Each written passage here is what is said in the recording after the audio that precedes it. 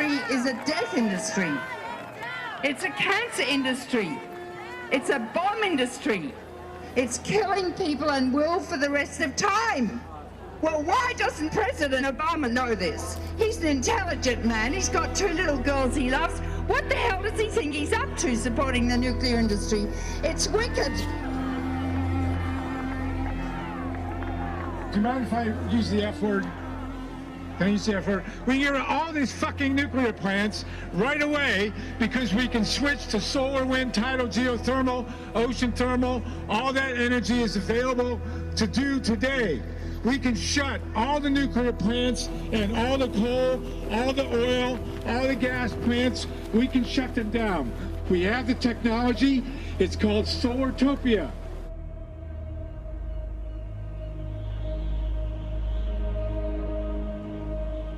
As a lifelong environmentalist, I'm against nuclear. But what if what I've been thinking all this time and what my friends have been thinking all this time is wrong? It's been interesting to see how people respond to my pro-nuclear power position, because they respect me for my books about nuclear weapons. They know that I'm a liberal Democrat, and they're puzzled. I was against nuclear power. All I had to say was 3 Mile Island, Chernobyl, atomic bombs, atomic weapons. My mind was made up, definitely. So I needed a lot of input. Research I did, and scientists I interviewed, and so on. Going and visiting and seeing for myself. I was under no doubt that my whole career and my whole reputation as an environmental activist, communicator, was at risk if I talked publicly about having changed my mind about nuclear power. I'd have been much better advice just to keep my mouth shut. But I couldn't do that.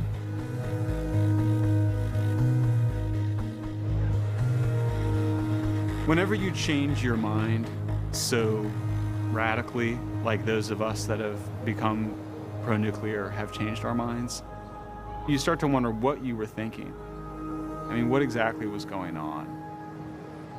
You know, the more you peeled that onion, the more strange things you figured out.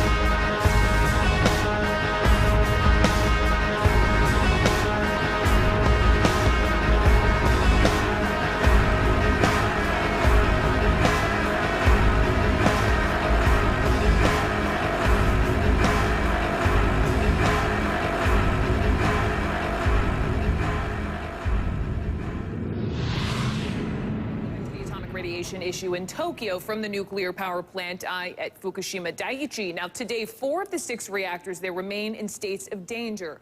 But a nuclear accident is one of the biggest media stories that's possible to have. Reactor number 3, this is the one whose fuel contains a mix of plutonium.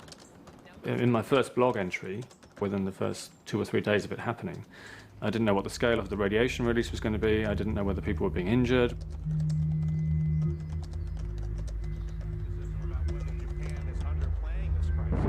The fact that this was happening live on TV and that there were explosions, you know, this was a nuclear power station blowing up.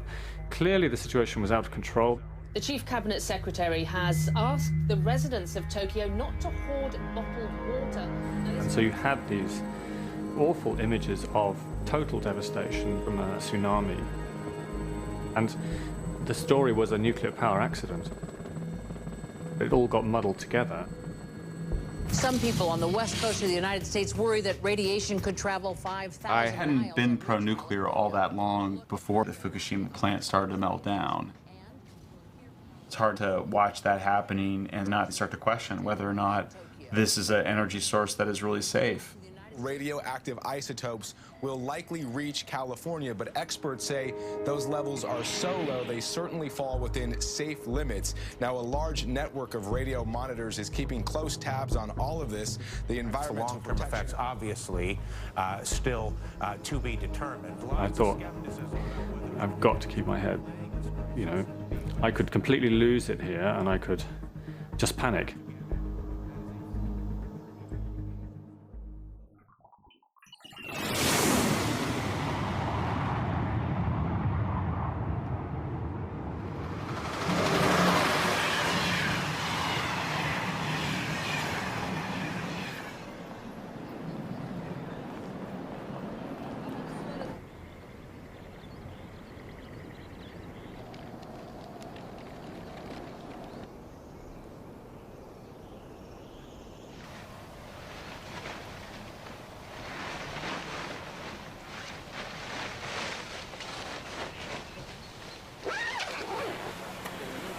What do you think, Mark? I feel like a bit of an idiot, actually. Why? I don't know. Because it's sort of... I'm wearing radiation clothing. It shouldn't be necessary. It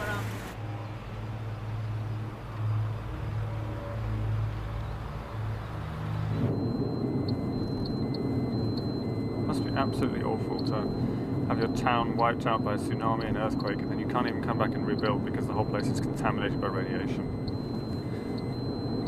Even if it's not massively contaminated, it's contaminated enough that it scares the shit out of you, and I think that's, you know, nobody can look you in the eye and say you shouldn't be worried. And you know, and there's no other energy source that does this, that leaves huge areas contaminated by this strange invisible presence which you know is potentially deadly. You know, everything has its drawbacks, everything has its risks, but this is something which is unique to nuclear. I guess I can understand why people are scared of nuclear power more. You know, it's kind of eerie. So I would say I'm having a wobble. See why we'd want to do without nuclear power. I really can.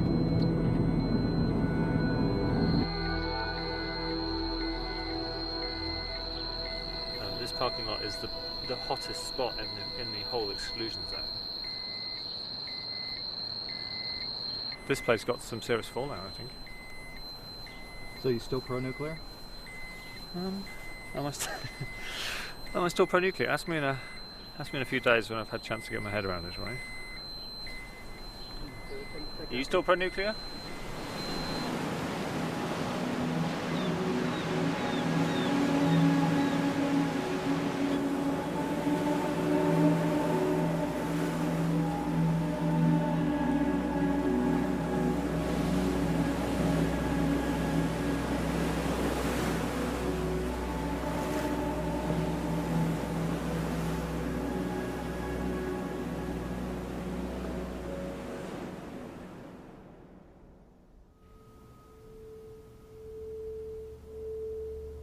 To start the chain reaction, all we need is one neutron. I think you can see what is going to happen. Watch. My first introduction to nuclear power was quite nice. It was a Disney movie called Our Friend the Atom. The atom was going to bring about a wonderful revolution in the way we got our energy.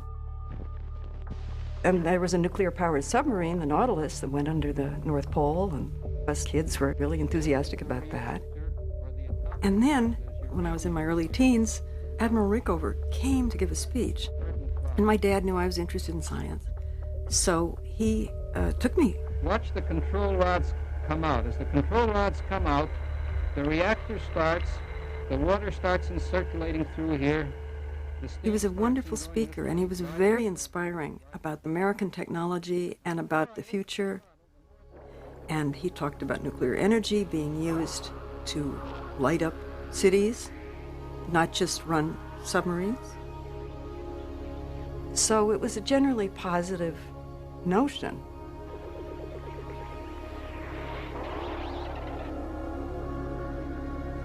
I got into the nuclear business in early 1948. Prior to that, I was working on engines for the Tucker automobile. Everything we had done up until that time to produce energy was by burning something. The enticement in the nuclear business was the fact that it was a new source of energy, a new way to generate heat. But the equivalency is huge. 1 pound of uranium, which is the size of my fingertip, if you could release all of the energy, it has the equivalent of about 5,000 barrels of oil. That to me is amazing.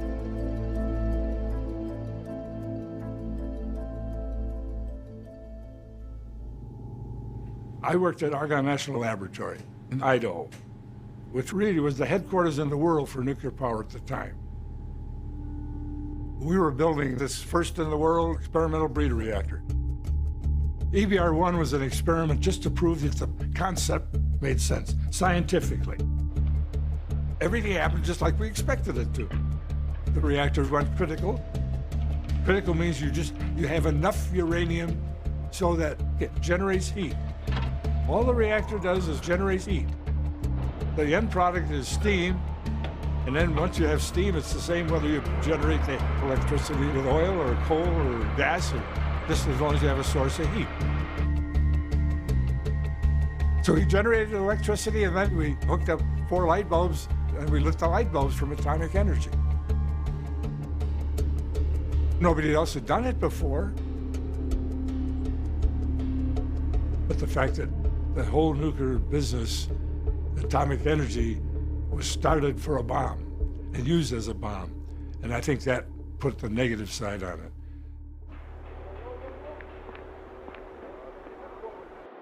I'm just old enough to have conscious memory of World War II and the ending of World War II.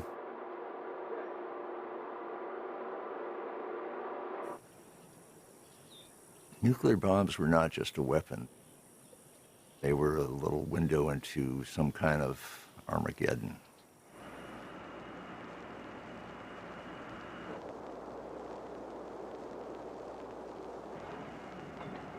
The photographs and the films and the stories that came out of Hiroshima and Nagasaki, those things cut pretty deep.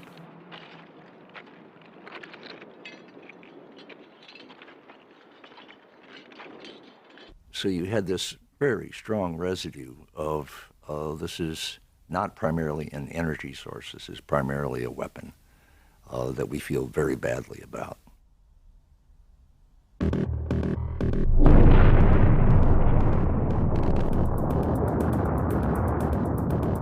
And then the testing went on and on.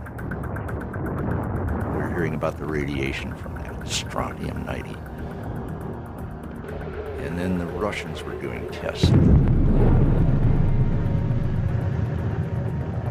The Chinese were doing tests. And before it really slowed down, there were over 2,000 tests of nuclear weapons.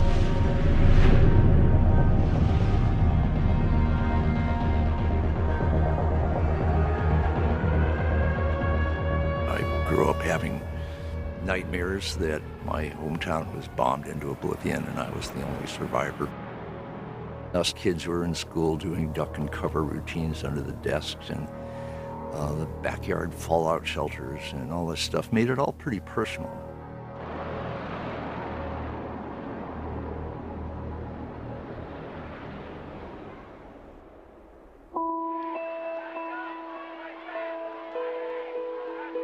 I grew up in an anti-nuclear family. You know, my parents were children of the 60s. They were liberals, environmentalists. To actually believe in nuclear power was, by definition, to be a dupe. Every step along the way, measures will be taken to guarantee that our plant at Connecticut Yankee contributes to the beneficial and harmonious development of the Connecticut Valley. The Haddam Neck site will be artfully landscaped so that the buildings harmonize with its wooded background. Plans even call for an information and educational center for those wishing to visit the Haddam Neck project. I actually visited a nuclear power plant with my buddies in high school.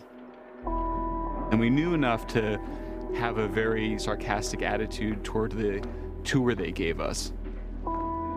They would say, it's this clean source of energy, it's really safe, it doesn't have anything to do with nuclear weapons. And we would just laugh. We just thought that they were all tools, stooges of the nuclear industry and its propaganda campaign. Of course, that gets reinforced for people in my generation with The Simpsons. Warning, problem in Sector 7G. 7G? Good God, who's the safety inspector there? Where the evil character is the CEO of the nuclear power company. Simpson, eh? Good man, intelligent? And Homer Simpson is bumbling while the whole thing is melting down. Who'd have thought a nuclear reactor would be so complicated? 90 seconds. You just always had the sense that nuclear power was something sinister, something that was a lurking danger.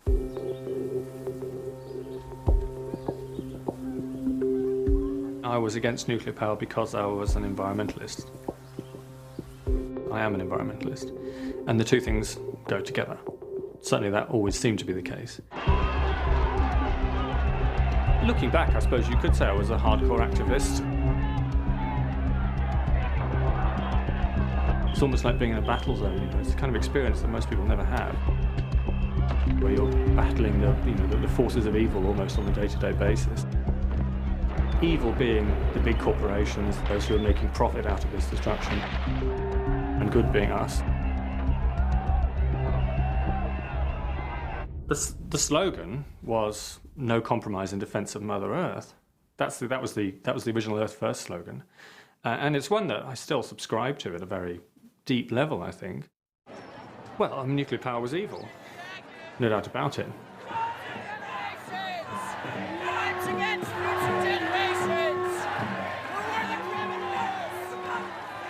I was writing for national magazines many years ago, writing articles about the dangers of nuclear power.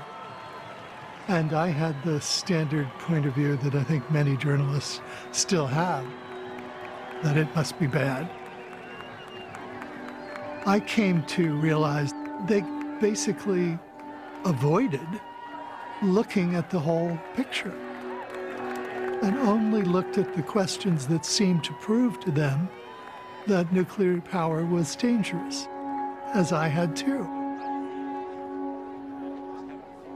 The only reason I changed my mind is that I talked to experts, physicists in particular, who were the pioneers of nuclear energy, and who carefully, one by one, explained to me again and again until it finally got through my head why it wasn't what the anti-nuclear activists felt it was, believed it was.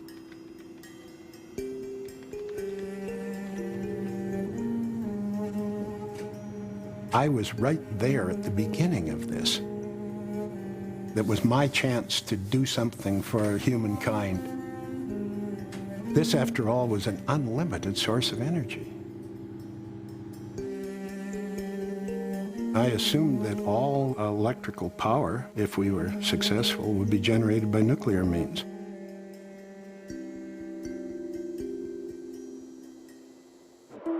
In the 50s, there were essentially two kinds of reactors being developed.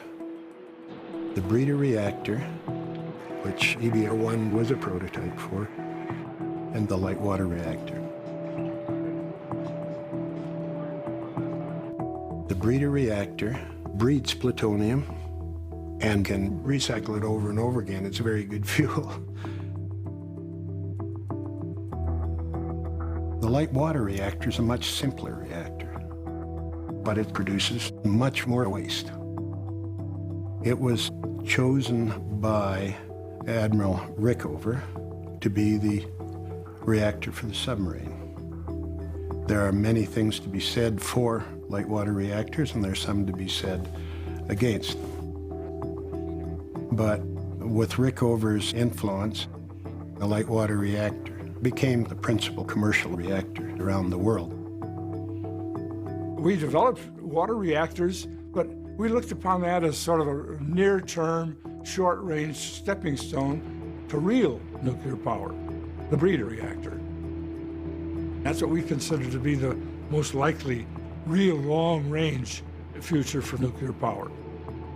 But the water reactor got marketed first.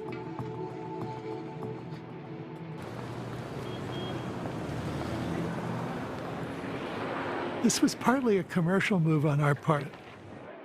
In the early 1950s, we were concerned that the Soviet Union, which had kept pace with us in the development of nuclear reactors for power, would steal a march on us and get the commercial business in Europe.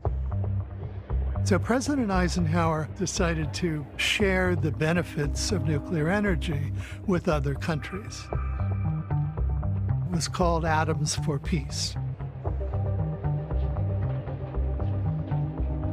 We've had 50 years now of water reactors, 400 of them roughly, all over the world, and they've produced a hell of a lot of waste that we didn't anticipate. You know, you mentioned 100,000 years of stuff that you got to keep isolated from the rest of the world. That's enough to scare a lot of people. That was perhaps the price we paid for commercialization, in the sense that we didn't look ahead.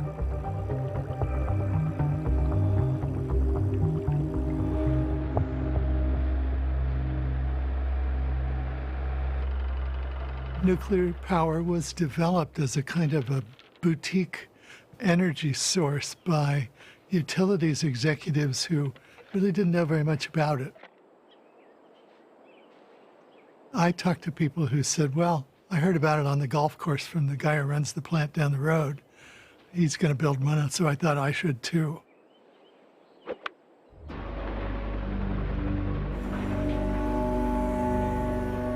The first commercial nuclear power plant that was built in the United States was built in Shippingport, Pennsylvania. It was a modified version of a large submarine reactor. One of the major reasons the power company wanted it was because there was a lot of coal pollution in Pittsburgh, and nuclear energy looked to people to be, as it is, a clean form of energy. The first power reactors were fairly small, but the push by the power and light companies of America was to scale them up as quickly as possible. Safety, instead of being inherent in the design of the reactor itself, had to be engineered around it, as it were.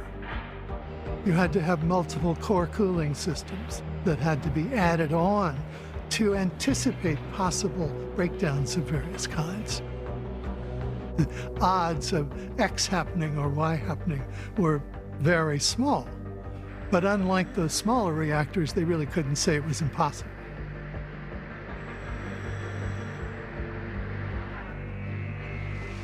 Late today, officials here in Washington summarized briefly what seems to have caused the problem. First, a pump in the generator system broke down at 4 a.m. yesterday. The reactor immediately shut down. Reactor operators decided to open the valves and release radioactive water from the reactor. That apparently may have been the wrong thing to do. When the emergency core cooling system came on automatically, an operator turned it off. That too apparently was a mistake, for then high levels of radiation were released inside the containment building. And not till 3 hours later was it realized that radiation was being released and in fact was penetrating to the outside. 3 Mile Island happened. And the first thing I thought of is, are those rays coming out of 3 Mile Island going to come to New York and harm my daughter? I remember standing in my apartment and thinking, what can we do? This is Jack Goodell. We have a serious condition. You get everybody into safety areas and make sure that they stay there. Of course, 2 weeks earlier, the China syndrome had come out. So I was already prepared to be terrorized by this event. The China syndrome. The what? If the core is exposed, for whatever reason, the fuel heats... The idea behind the China syndrome is that the nuclear power plant would melt down and it would burrow a hole all the way to China. Never mind that China's not actually on the other side of the earth as the United States, but That was the idea, that it would that the worst case scenario would be apocalyptic. The number of people killed would depend on which way the wind is blowing. Render an area the size of Pennsylvania permanently uninhabitable, not to mention the cancer that would show up later. That's when I think I began to conflate nuclear power with nuclear weapons. From a leaking nuclear plant. We don't want a radioactive wasteland, whether it's from a bomb or a nuclear plant. That's probably the sort of thing I would have answered. It just seemed like, okay, nuclear anything is a bad idea. I want to just say a few words about the China Syndrome, my movie, The China Syndrome, because if we continue to place our health and safety in the hands of utility executives whose main goal in life is to maximize profits, then we will see more Harrisburgs, we will see more leaks, and we will see an increase in the cancer epidemic that is already running rampant in this country.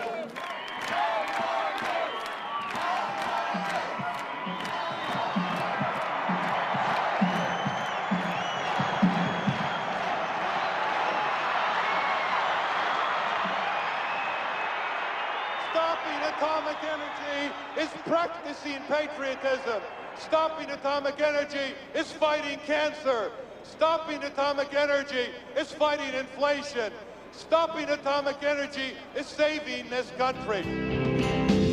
Just give me the restless power of the wind. Give me the comforting glow of the wood fire. But please take all your atomic poison power away.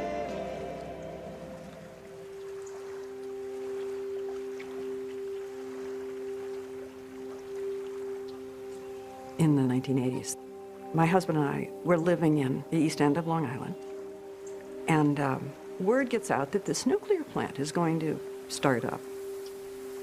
And this is, of course, right after 3 Mile Island. That's very much in people's minds. The local pro-environmental people, and I would be one of those, just said, yeah, we got to stop Shoreham however we can. Every day the plant operates, radiation will be coming out of the plant, right? And it'll get into the food. Women may be hardwired to protect our families, and it's just a natural impulse. If something looks like it's bad, we're holding our hand and saying, no. No, please, we can't have that.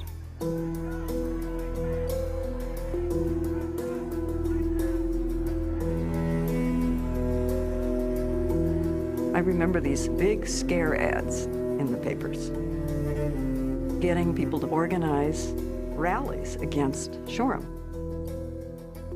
There were many things I didn't know at that time that I've learned since. For one thing, it turns out the ads were placed by the oil delivery industry. You know, the companies that deliver fuel to people in Long Island. And sure, the oil companies can say, go solar, because they know it's never going to replace oil heat. You cannot turn on the sun in the winter and hope to warm up your house. Good luck. Solar, not nuclear. Yeah. Sponsored by the Will Heat Institute. Yeah, no problem. Yeah, you don't need a furnace, just have solar panels. I mean, this is the cynicism of the fossil fuel industry. Shoreham was actually finished and started up, and then immediately shut down by the governor of the state and basically mothballed. It was this immense investment, billions of dollars, in a reactor which would have been of great use to New York City, but people were so afraid of it that they simply said, shut it down. And today it's a mausoleum.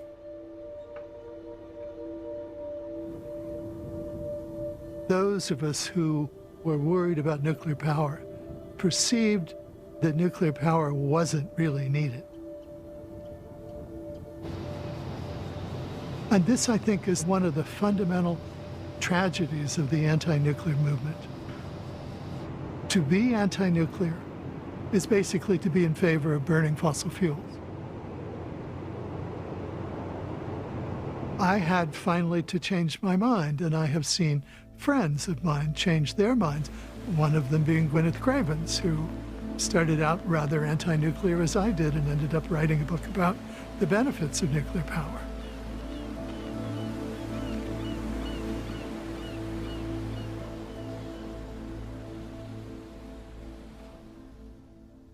The difference now is in the scale of the damage we are doing.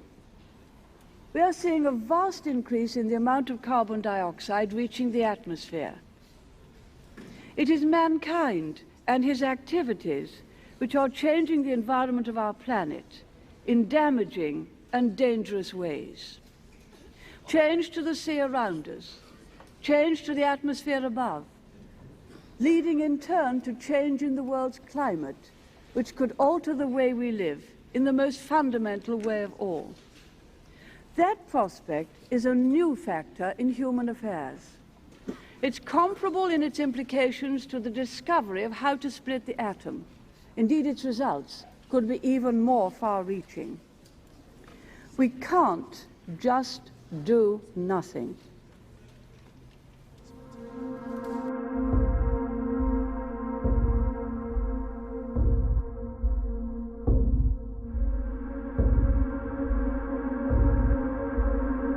One of the key arguments that climate deniers use is, oh look, climate's a huge thing. You really say we're affecting the weather, just us, we're just little people.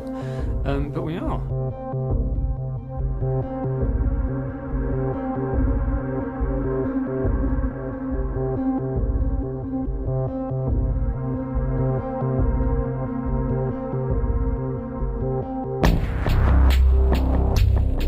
We're beginning to see the kind of destabilization and chaos that you get actually when you see this transition to much warmer global temperatures. And that process of change, very, very rapid climate change, is going to wreak havoc on human society.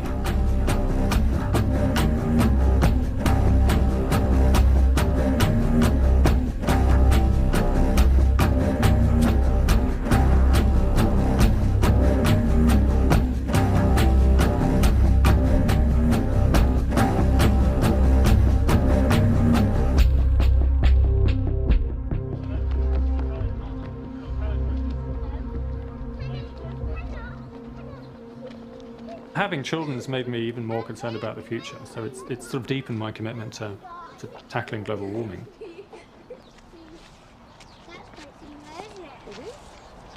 Loving your children is about loving the future and loving the world that they're going to inherit. And so you've got to make sure that that's right.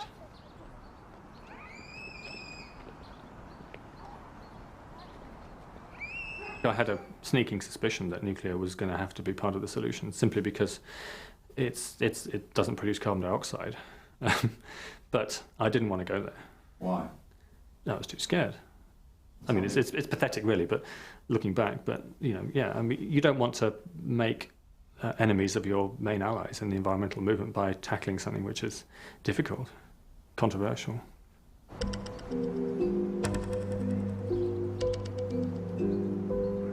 Ted and I spent basically the entirety of our professional careers working for the big environmental groups. I mean, you name it, Sierra Club, NRDC. We even worked with Earth First on a campaign to save the last ancient redwoods in California.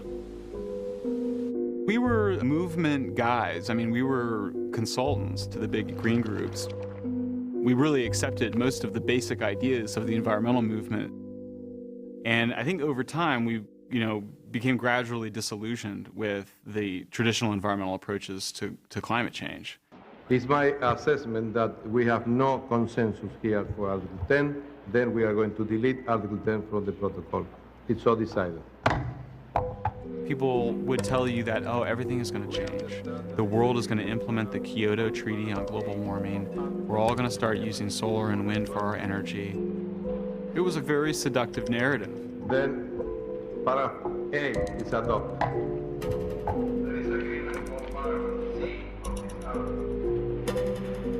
Para C is adopted. We understand that there is agreement on para D, E, F, and G.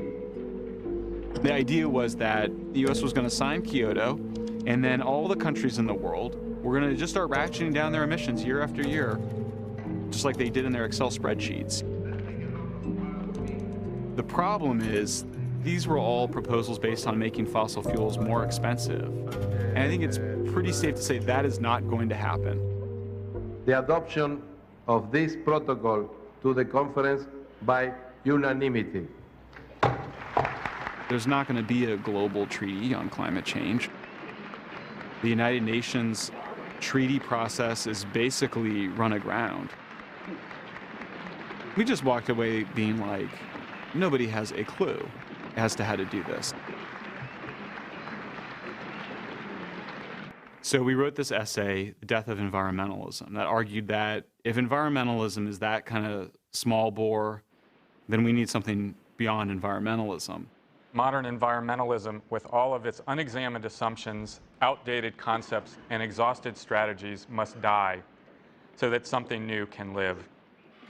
I would suggest that it will take more than dead penguins and melting ice caps to get Americans to fundamentally get involved in this political transformation of our energy economy. We still didn't think we needed nuclear power. It really took us getting clear about how big the gap was between fossil fuels and renewables for us to take a second look at nuclear.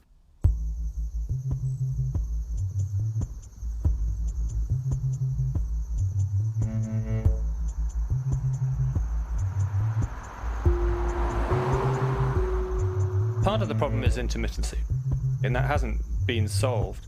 It's not always sunny and it's not always windy, and there are long periods of time when renewables would deliver no power at all into a grid. So they have to have natural gas back up.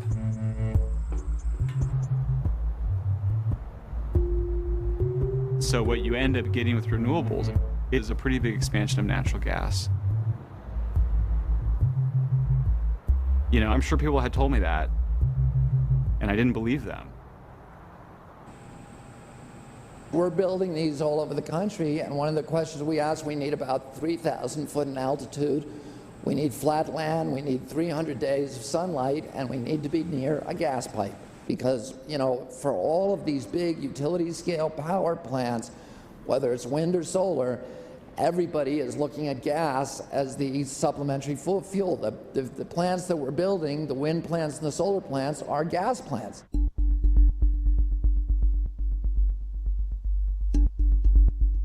I end up feeling like a sucker. I ended up feeling like I was a sucker. The idea that we're going to replace oil and coal and natural gas with solar and wind, and nothing else, is a hallucinatory delusion.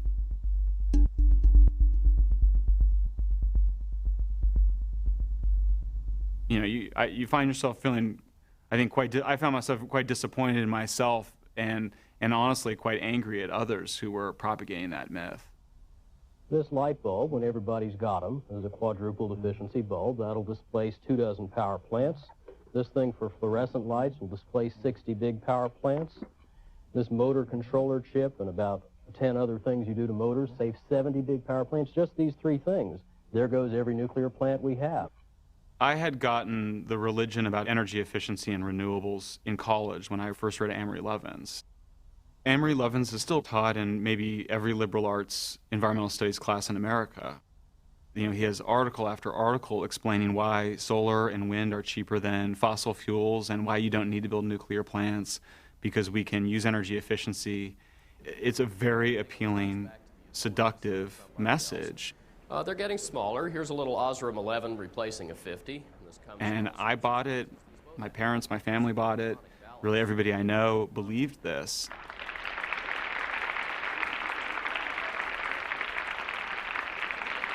The standard sort of green environmentalist narrative has been that we can all use less energy. So we can be renewable, we can go for energy efficiency. The idea that humankind is simply wasting and using too much. Now, I have a lot of time for that argument, but you can't keep using less energy forever.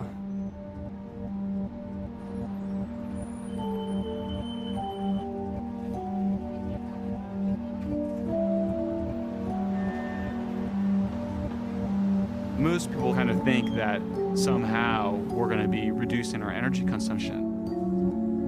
Actually, we just find more and more uses for it. If you look at all the energy that is used by an iPhone, not just to make it and to power it, but also to power all the servers, all of the stuff that you don't see that the iPhone is connected to, it uses as much energy as a refrigerator.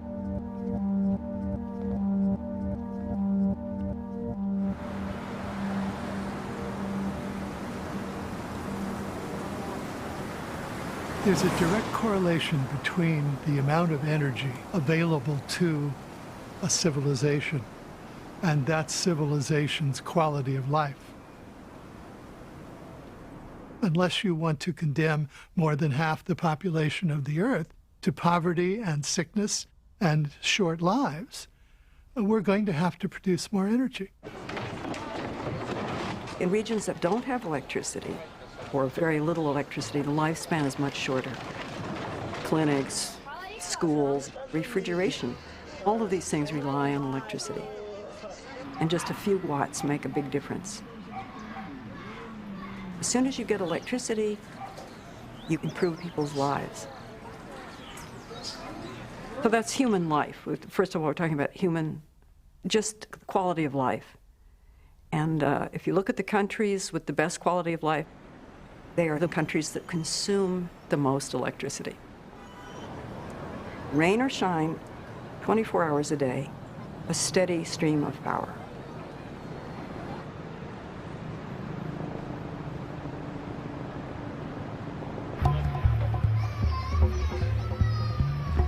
The global south is pretty warm, and they would like air conditioning.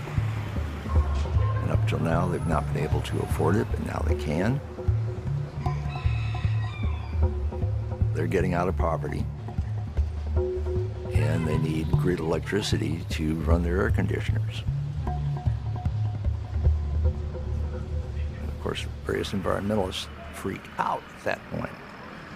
But on the other hand, if you could have vast quantities of really, really clean energy in the developing world in the next decade or so, that is such an improved world it takes your breath away.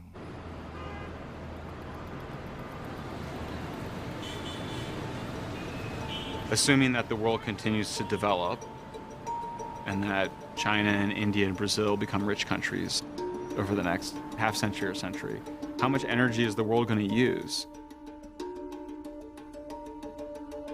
When you start running those numbers, it's a sobering exercise.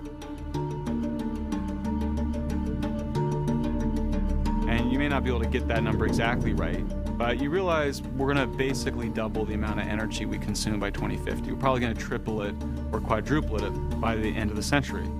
And meanwhile, if you want to stabilize emissions at some reasonable level, almost all of that energy has to be clean energy.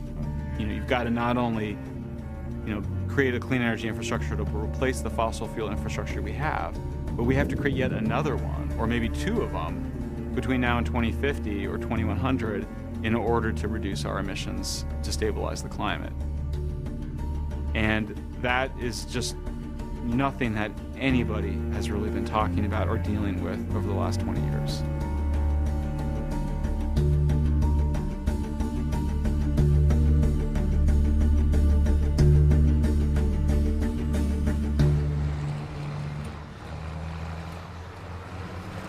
It comes as a shock to a lot of environmentalists to hear this, but coal is not only the most widely used source of energy in the world, it's also the fastest growing source of energy. Its use is accelerating worldwide, faster than natural gas, faster than renewables, faster than anything else.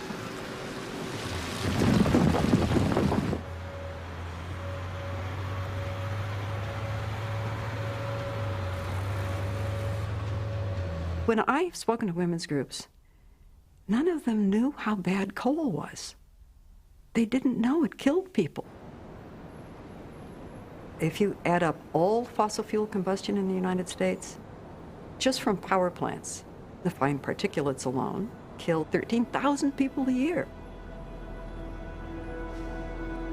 Worldwide, 3 million people die a year from air pollution from fossil fuel plants.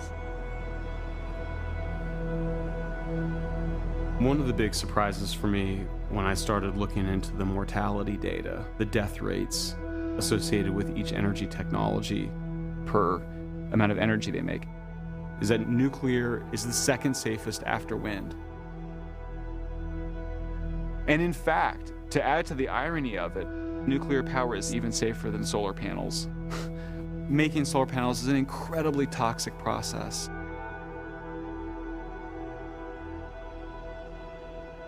But I mean, I thought that people died at 3 Mile Island. I thought that hundreds of thousands of people died at Chernobyl. I thought that there was nuclear waste scattered all around the country and that it was seeping into our water systems. I believed all that stuff, and I thought even if maybe it was getting a little bit better, or maybe if the problems of it were exaggerated a little bit by my fellow environmentalists, that it was still a risk that we didn't need to take.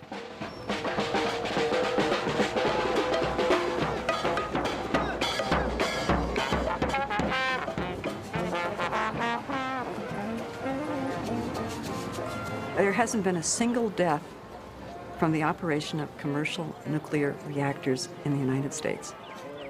Not one death in the history of nuclear power in this country. At Vermont Yankee, which anti-nuclear people are trying to shut down, protesters keep saying it's causing public health problems. It's not. But it's leaking tritium. It's leaking tritium, that's true. Banana breaks? Oh, I love one. Sure. Thank you. Thank you, thank you. If you ate one banana, Banana breaks? which have a potassium isotope that's a little hot, you would get more radiation exposure than you would if you drank all the water that comes out of the plant in one day. Banana break! Tritium is a naturally occurring hydrogen isotope. We're going to ask that all those people who are willing to risk arrest remain in this safety zone until the rest of the people have moved up.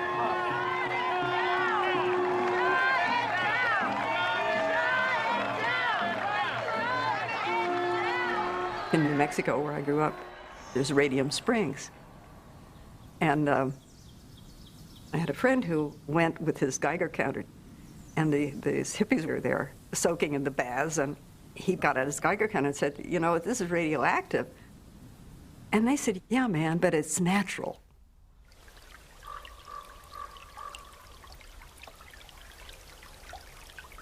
It's true to say that we're all bathed in natural radioactivity.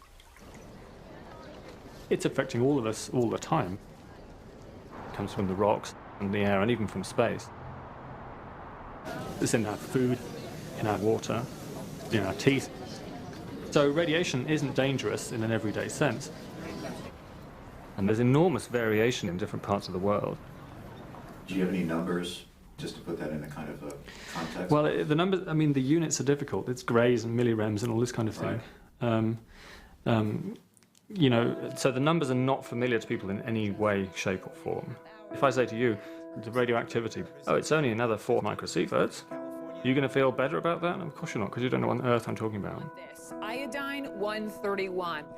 The reporting of radiation levels are as confusing as they could possibly be. Has just about 0.7 rem.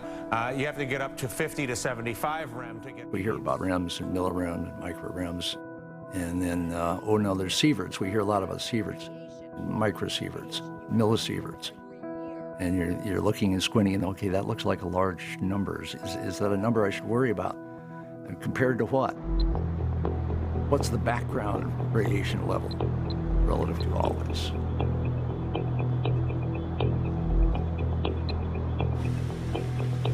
I didn't even know there was such a thing as natural background radiation, actually. I'd assumed that radiation was something which humans had artificially introduced into the environment, which was doing us harm.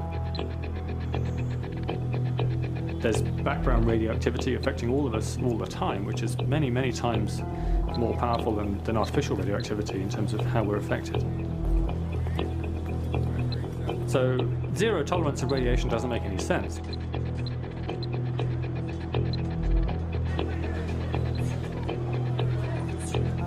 Radiation increases with altitude.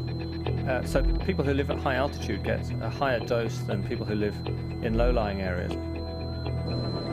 And if you're traveling on an aeroplane, say if you're going from New York to Tokyo, you'll get 20 times the average background level during that flight. For example, in Guarapari Beach in Brazil, the natural background radiation there is way above permitted levels in terms of what the public can be exposed to. And that's what's coming out of the soil that's on the beach. Can you ask him why he does this? Por que você está fazendo isso? Por algum motivo especial? Dores no corpo dele. He has a body pains, you know? And this helps? E ajuda? Ajuda. It helps.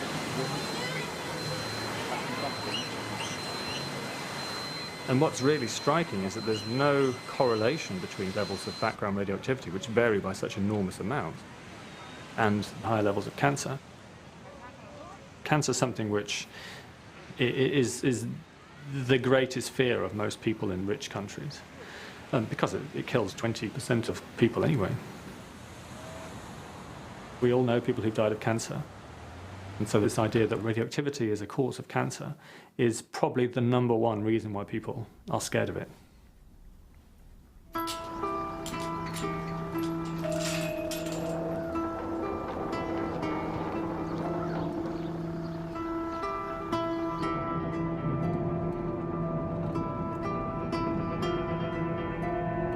You can't go to Chernobyl and not re-examine your core beliefs about nuclear power.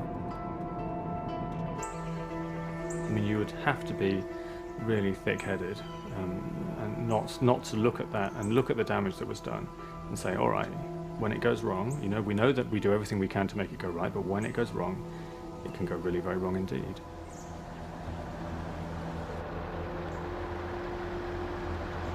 Chernobyl was a real-world experiment of what happens when you irradiate a very large population.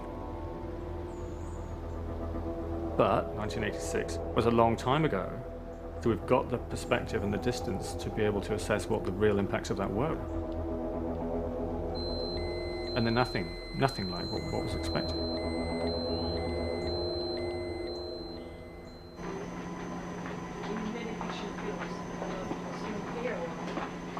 The reactor that exploded in Chernobyl in April 1986 was actually reactor number 4 of a whole set of them.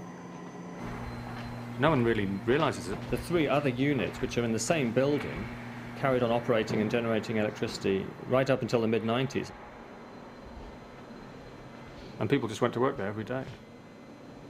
Isn't that amazing? Outside of the old Soviet Union, we didn't use the reactor design that Chernobyl had. Among other things, the Chernobyl reactor had no containment building. It was in virtually a Quonset hut. So when there was a fire and an explosion, there was nothing to contain it.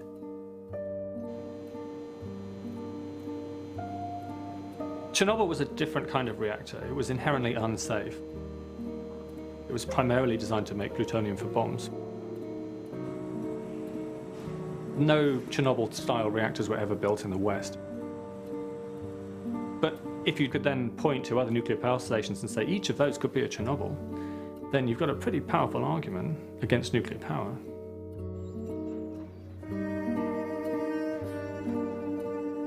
The city nearby called Pripyat, the entire place was evacuated when Chernobyl blew up. It's just fascinating to see some place which is frozen in time at the very end of the era of the Soviet Union. It's an extraordinary place. I really can't even describe it. It's a bit like the Fukushima thing in the sense that you're tramping around on this debris of broken glass and broken everything, and it's almost as if the explosion at Chernobyl had somehow caused this. But of course it didn't. It's just the decay of time and things being broken.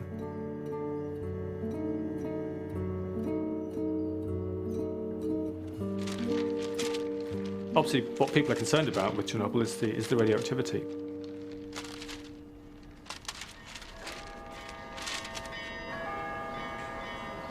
I never knew until I went to Chernobyl that there were places full of people who've just decided to ignore the restrictions and just move back to their houses.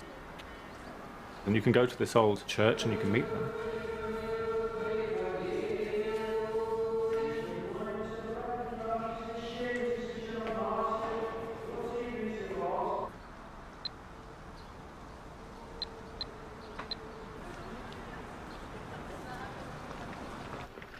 Let's ask him when and why did he decide to come back, and how many people came with him. А когда именно вы решили переселиться назад, и сколько людей приехали с вами? Как люди возвращались, как вы вернулись? Конечно же, мы с Чернобыля, с нашего Чернобыля родного, что тут у нас действительно, мы веками, наши, как говорится, и предки жили в этом Чернобыле. Мы, конечно, никто не хотел сюда уезжать. Весной уже начали приезжать. Конечно, никто нас здесь не пускал. Мы приезжали лесом, приходили тропками всякими. По одному, по два, по три человека приходили в свои дома и заселялись. Посмотрите, прошло 25 лет, я 25 лет тут в Чернобыле нахожусь. Видите, я здоров, жив-здоров. И вот и люди, которые вот вернулись, никто с этих людей не умер от рака, от каких-то других заболеваний, которые здесь живут.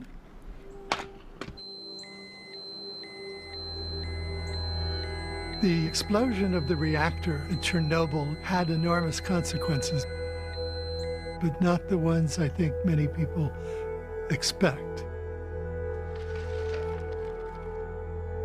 I followed the studies that have been done by international experts in radiation and oncology that followed the damage at Chernobyl for all the years since. The damage that was caused to people by the fallout from that worst of all nuclear power accidents has been remarkably limited. You can look at the evidence, it's all been published, it's been certified by the United Nations and the World Health Organization.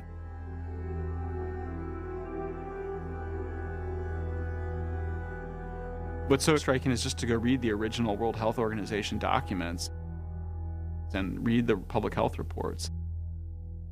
Was that a shock to you? It was a complete shock to me. I mean, there was a period where I'm reading all the Chernobyl stuff and I kind of am not believing it because it was so out of sync with what I had come to believe. Literally hundreds of thousands of people were involved in the clear-up operation. They're known as liquidators, and they got some really significant doses of radiation. Their doses are known, and their health has been studied ever since. And even in that large number of people who are very heavily irradiated, 40 or 50 people have died so far, and a few thousand may have shortened lifespans due to cancer in future decades. And there have never been any children born deformed from Chernobyl, according to the best authoritative science we've got from the United Nations. So people have substantially been fed an urban myth, really, about what the impacts of Chernobyl actually were. I mean, I've got books full of it. 1 million people dying right now or have died because of Chernobyl, and it's only 25 years ago. How many millions more will Chernobyl kill? 40% of the European landmass is radioactive. Will be for hundreds of years. In order to believe that more than 56 people were killed at Chernobyl, or more than the maybe 4,000 who could eventually die of cancer, in order to believe that 1 million people were killed by Chernobyl, which is what Greenpeace and Helen Caldicott, a number of other people claim, you have to believe there was a cover-up of just massive proportions by the World Health Organization, by the United Nations, by literally hundreds of the world's top public health experts. It's so absurd of an idea, and it's exactly the same thing global warming deniers think. Helen, what do you think is the motivation for the United Nations to perpetuate such an appalling cover-up? I don't know. I'm not privy to their motivations. the difference between 50 people and 1 million people is so extreme. I think people are confused about what to think. Well, they should look at the literature. This is the most important study almost that's ever been done. How do you explain This is the biggest cover-up in the history of medicine. How do you explain it? Many of the tactics and the arguments that have been used by the environmental groups against nuclear power are exactly the same tactics and arguments that are used by climate skeptics. The United Nations, that's where all of this started. It was the IPCC in the United Nations said that the world's going to come to an end because of the emissions of CO2.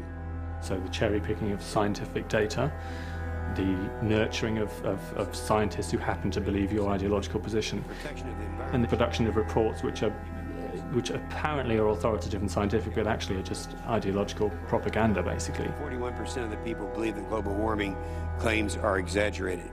Climate change deniers are idiots. But they're saying the same I don't care about them. They are denying science. We're going back into the dark ages. They're saying the same how dare they deny science? Not to understand science and medicine in this day and age is more than irresponsible. How do you square these two conflicts? I can't. You know, we think of Japan, we think of Hiroshima, those pictures horrible after the event that happened. No radiation is safe, but generally speaking, Americans don't have anything to worry about. We have this map here, and we're showing obviously the path some 5,000 miles first to the Aleutian Islands. This is where they expect this. You can't reassure people. People are so terrified that anything you say, because they don't have that background context, that understanding of what radiation is and what it means, they can't actually decide for themselves what's safe and what risk they want to bear.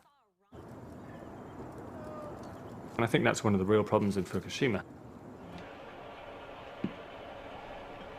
There's no way for the experts to actually communicate what is safe to the general public. Yeah, nakagawa sa pati. Sigan tigil niya, ichisikan. Ichisikan. Diyo ko dos kaso.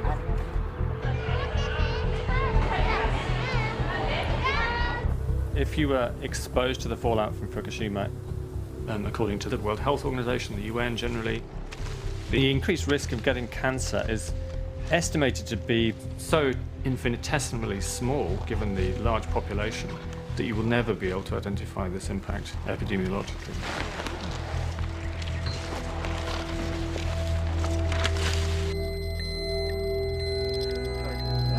I just won the bet. This particular weed here is more radioactive than Guarapari Beach in Brazil. So we got, what did we get, 44? Now we've seen what the worst is that can happen with a 1960s era Western designed reactor, which does have a containment structure, which Chernobyl didn't. But this isn't just something you can brush away. This was not supposed to happen to a reactor.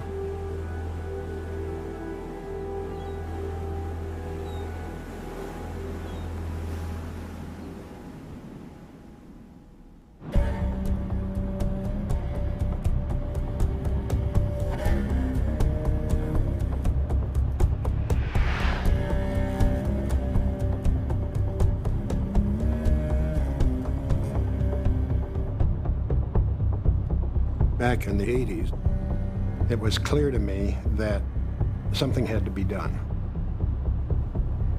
Something better than present day. About safety. And it wasn't only in safety.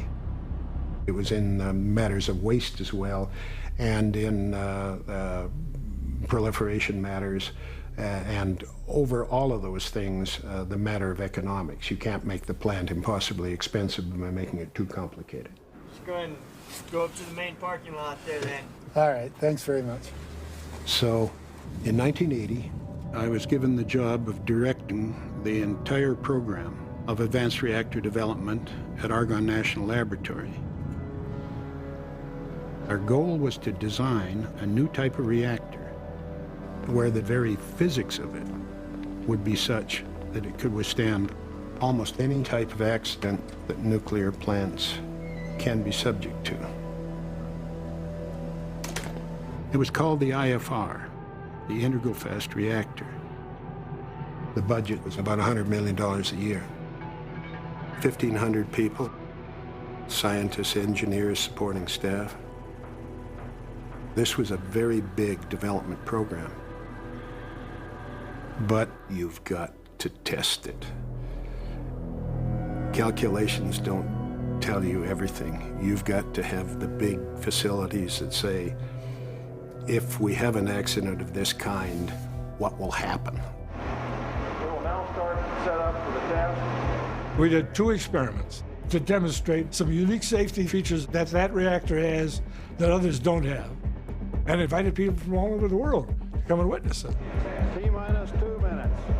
Station blackout is a term that's used by NRC, the safety folks, to describe the situation where one loses all bulk AC power. You assume that you lose off-site power.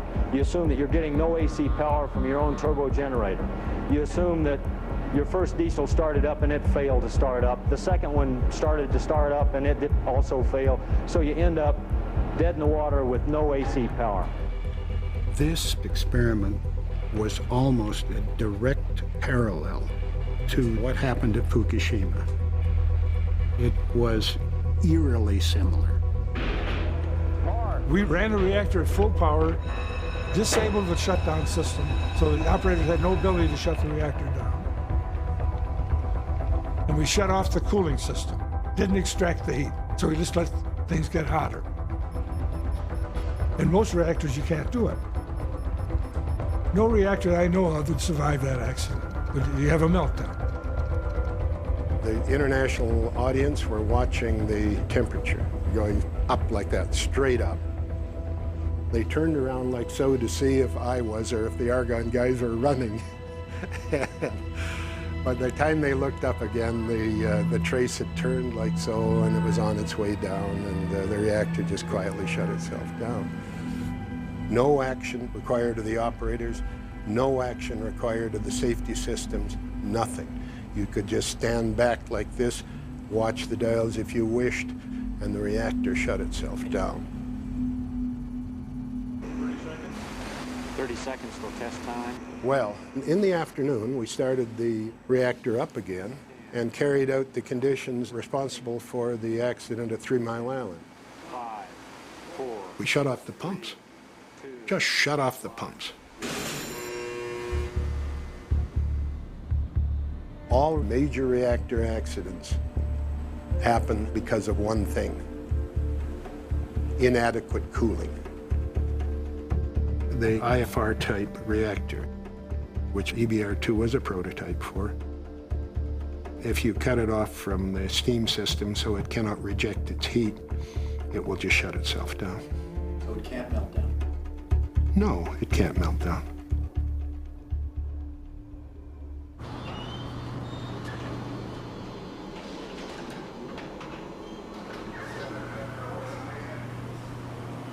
We're now in the facility that completes the circle, if you like, of the integral fast reactor.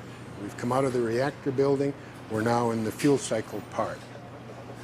The integral part of it was that every part of a complete nuclear reactor system, not the reactor itself, but also the facilities for treating the spent fuel, for treating the waste, would all be an integral part of the same system. What this enables you to do is you can take the spent fuel, chop it up, and back it goes into the reactor again. You can recycle the fuel again and again until the end of plant life.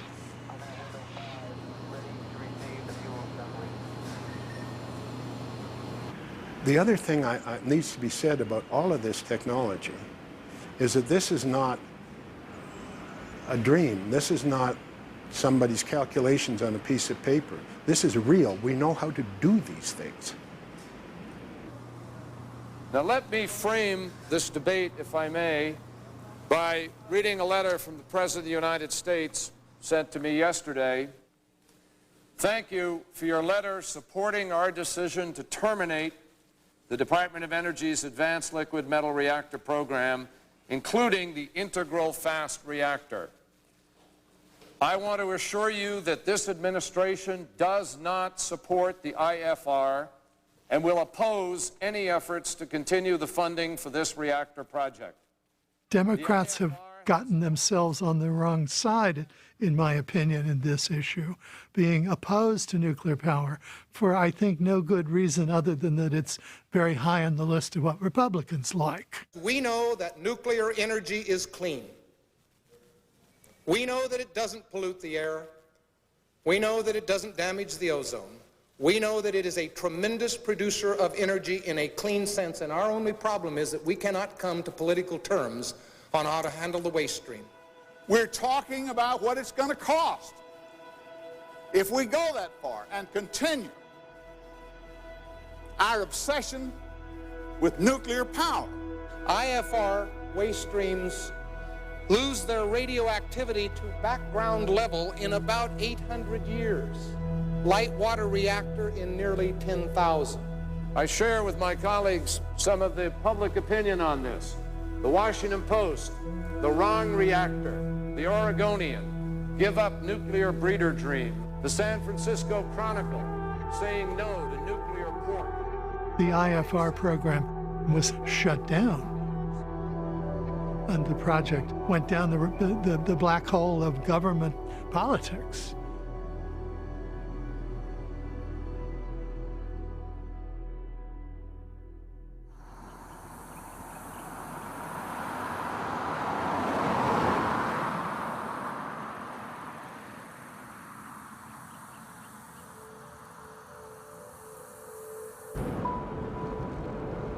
It was by chance that in about the year 2000, I think, I wound up in the desert on a visit to Yucca Mountain, America's planned nuclear waste repository, 100 miles north of Las Vegas.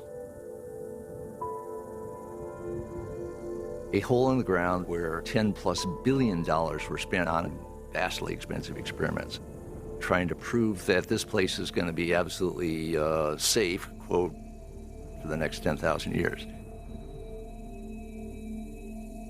So I just felt like, wait a minute, people, this is nuts. Among other things, have you even thought, we were professional futurists, many of us were on this trip, what exactly is this world 10,000 years from now that we're trying to protect? Science fiction is what we were playing out at vast expense at Yucca Mountain. The kinds of experiments they were doing in that mountain, it's not a mountain, it's just a ridge, certainly didn't persuade anybody for political reasons. Yucca Mountain was not opened and will probably never be opened. Then I started to look at, well, what actually is the amount of hazard that comes from nuclear waste? The first thing I found out is what people were actually doing with the nuclear waste, which is being generated all this time by every nuclear power plant. Turns out to be pretty good. They just put it in this pretty simple but very workable dry cask storage, and they park it out back of the parking lot, and you can go there and see it. There's the nation's nuclear waste. Is it causing any problems? No. The other realization for me, and it took a while to get through, is that by not putting it in the ground, you've got the option to use it as fuel in fourth-generation reactors. Wow, we can take this waste from the nuclear plant and recycle it into fuel, either by reprocessing or by having a new kind of reactor that uses it as fuel. That looks very much like a renewable resource. People are always talking about nuclear waste, the accumulation of nuclear waste, and I did too. I think it's around 70,000 tons have accumulated of used fuel in the United States. I thought the quantity was staggering. In fact, all the spent nuclear fuel from commercial nuclear plants in the United States could fit in a single football field if you stack the fuel rods to a height of about 3 meters. That's it. But of that, only a very small fraction, mainly plutonium, is long-lived. my long-lived, I mean, would still be hot thousands of years from now, still be highly radioactive.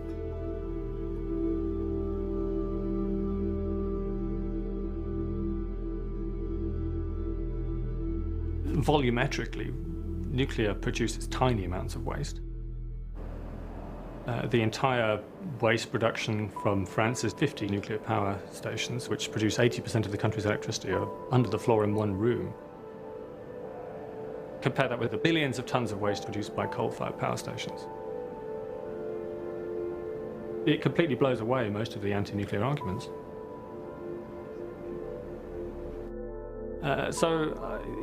It's not, nuclear waste is not an environmental issue. It's not something which, as an environmentalist, I'm concerned about.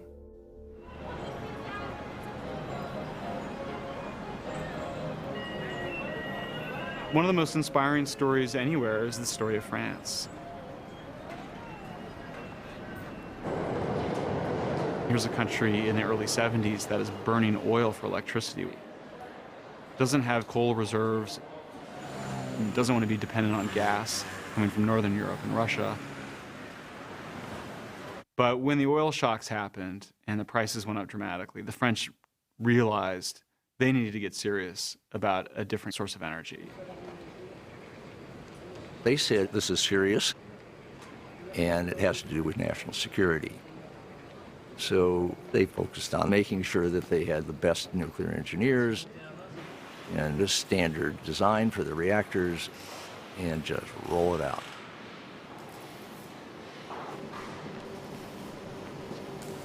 What's so significant about what the French did is that they did it so quickly. They scaled up almost exactly at the pace that we need to scale up nuclear power globally. They now have 80% of their electricity coming from nuclear. The trains are electric powered. They have clean air. They have the cheapest energy in Europe. They're selling it to everybody else. And they are greener than green Denmark, greener than green Germany. I didn't know what French per capita carbon dioxide emissions were, which is actually the most important question to ask. The answer is they're about 5 tons per person per year. Germany's about 10 tons per year. So Germany has much, much higher per person emissions of carbon dioxide than neighboring France, because France is nuclear and Germany is trying to get out of nuclear.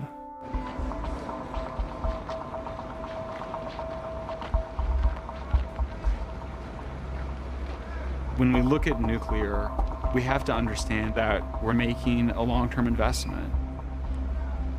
Now, it's a big upfront capital cost, but these are plants that are going to last 60, 80, maybe even 100 years. And much of the other infrastructure that's being built will last far longer than that.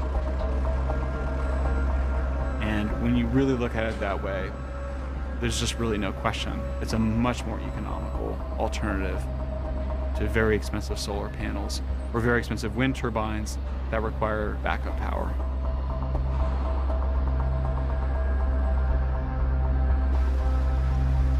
The current generation of reactors we're building now are 3rd generation of reactors. This technology is much safer. But 4th generation reactors, like the integral fast reactors, can use the waste from the first 3 generations as fuel. The great philanthropist Bill Gates has put money and time into a traveling wave reactor that you basically stick in the ground and it goes through its body of fuel over a period of 60 years. You don't need to refuel it. There's a thorium reactor the same group is working on. Other 4th generation coming along with the small modular reactors. They look exactly like the kind of local power source that environmentalists have increasingly been saying we should have. So there's a renaissance in reactor design that those are just the first glimpses of.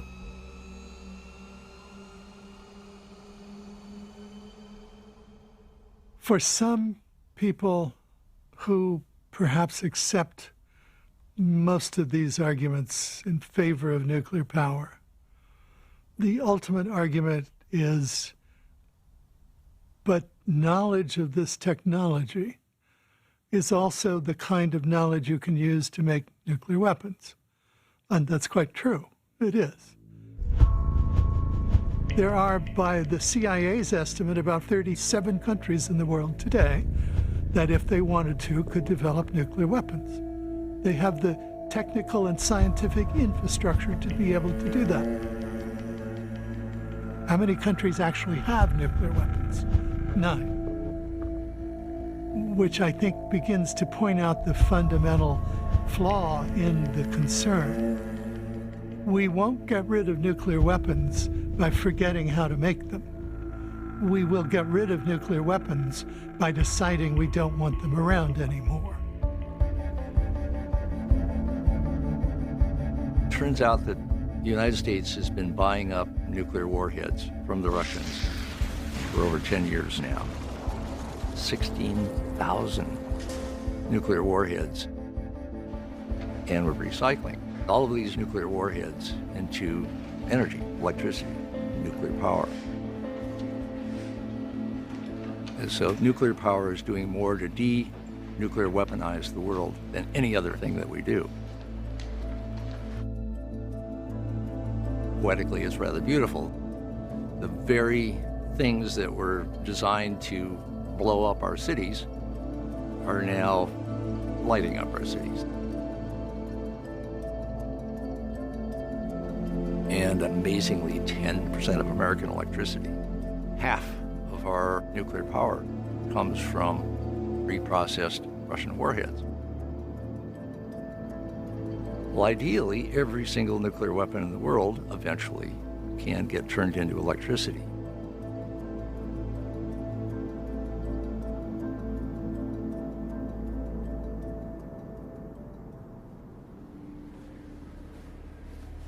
I believe that while much of the environmental movement that came of age in the 60s will never change, I feel very confident that the next generation will.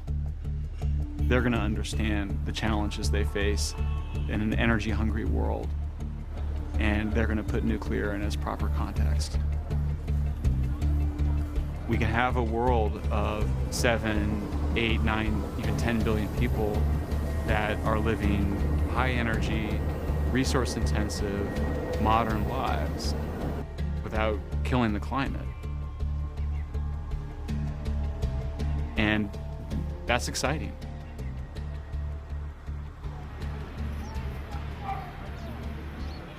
I have a sense that this is the beginning of something really beautiful.